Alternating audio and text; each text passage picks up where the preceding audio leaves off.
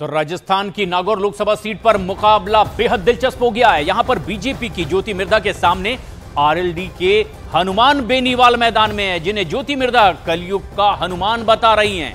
चुनावी सभाओं में डिग्री पॉलिटिक्स पर भी अब खूब बहस हो रही है। ज्योति मिर्धा के साथ न्यूज 18 इंडिया की एक्सक्लूसिव बातचीत में आप देखिए किस तरह के दावे ज्योति मिर्धा के।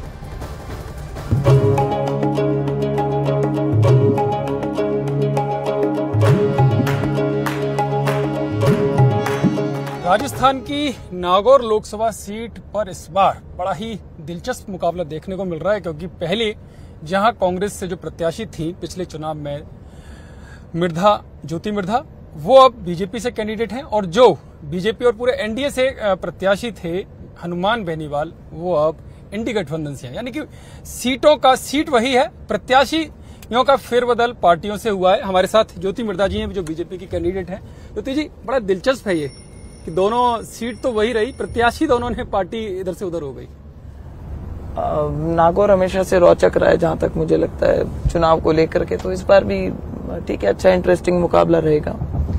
जो सबसे इंटरेस्टिंग फैक्ट है कि आप जो कह रहे हैं कि पार्टी चेंज हुई है, सिर्फ सीट वही रह गई।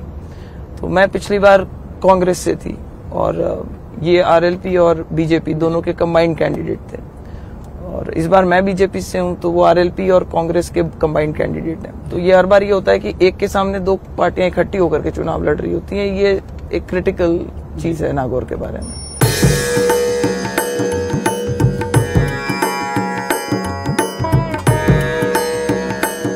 अगर नागौर की हम बात करें तो क्या आपको लगता है कि नागौर के लिए क्या होना चाहिए? कोई एजेंडा आपने बनाया है? क्योंकि संकल्प पत्र आएगा, उसमें देश का एजेंडा तो आपकी सरकार रखेगी। नागौर के लिए क्या होगा?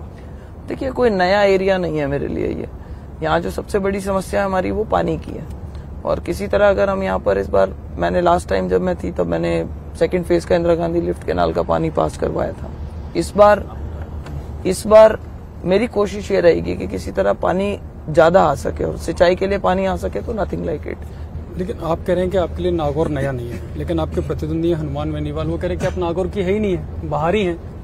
किस तरह से भरोसा करे जनता अपने आप फैसला कर लेगी, पता चल जाएगा। ये तो उनके पास में कोई बोलने के लिए मुद्दा नहीं होता, तब फिर वो इस तरीके के मुद्दे गढ़ के लेकर के आते हैं। और जनता अब उनसे ये सवाल पूछ रही है कि जब वो लास्ट टाइम सांसद बने थे तो उन्होंने कोई भी क्षेत्र ऐसा नहीं था जहाँ पे उन्होंने सिवाय अपनी असेंबली कॉन्स्टिट्यूंसी में गए हो तो पता नहीं, बाकी आप कहीं भी जाकर के अगर पूछेंगे तो लोकसभा कॉन्स्टिट्यूंसी में उनके बहुत ही कोई लिमिटेड कहीं को पर्सनल प्रोग्राम में चले गए हो तो बात अलग है। बाकी उन्होंने न तो टूर किया अपना एरिया, ना उन्होंने अपनी एमपी लैड के जो पैसा था वो कहीं जाकर के दूसरी विधानसभाओं में भी दिया है। तो ये शिकायत आपको सब जगह मिलेगी। आज हम जायल में थे, जितनी जगह मेरे कार्यक्रम हुए वहां पे उन्होंने अपने एमपी लैड फंड से 0 पैसा लगा रखा है। अनाउंसमेंट भी करी तो पैसा नहीं दिया।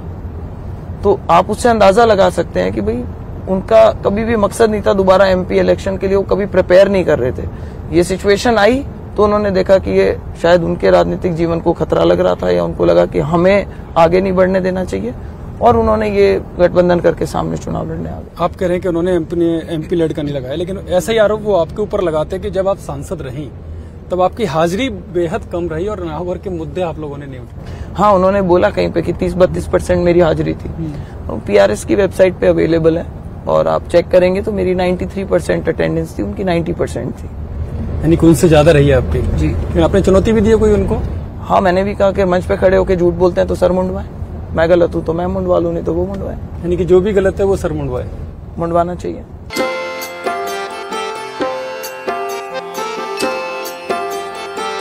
आप पर लगता नहीं कि कुछ ज्यादा ही व्यक्तिगत तौर पर आरोप लगा रहे हैं, तू मैं की राजनीति करते हुए नजर आ रहे हैं? अब आपकी डॉक्टर की जो डिग्री है उसे भी फर्जी बता दिया।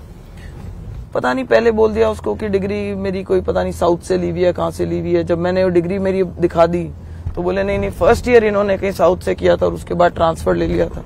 तभी मैंने इनको बोला था कि ये हनु भाई LLB टाइप के हैं, कि डिग्री तो इनके पास लॉ की है जो शायद इन्होंने टीचरों की कॉलर पकड़ के ली है, लेकिन इनको इतना सेंस नहीं है कि मेडिकल कॉलेजेस के अंदर एडमिशन जो होते हैं वो ट्रांसफरेबल नहीं होते हैं, और साउथ से यहाँ जा रहे हो तो मतलब ये तो मेरा ख्याल संभव ही नहीं होता। आप हनुमान बेनीवाल को राम का सारथी नहीं बनने देंगे? राम आपके हैं और आप ही के लिए यहाँ पर। मैंने ऐसा नहीं कहा, राम सबके है। मैंने कब बोली ये चीज? आपने बोला जी, आपने बोला। कि राम मेरे हैं। हनुमान को राम का नहीं मिलेगा यहाँ पर फायदा। ये कलयुग का हनुमान है, इसको आप उस राम से तुलना मत कीजिए। ठीक है, बहुत बहुत धन्यवाद। ये ज्योति मिर्धा जो करें, एक हनुमान बेनीवाल कलयुग के हनुमान है और भगवान राम से उनकी तुलना नहीं करनी चाहिए। और जहां तक नागौर की बात है तो इस बार नागौर की जनता का विश्वास उनको जरूर मिलेगा।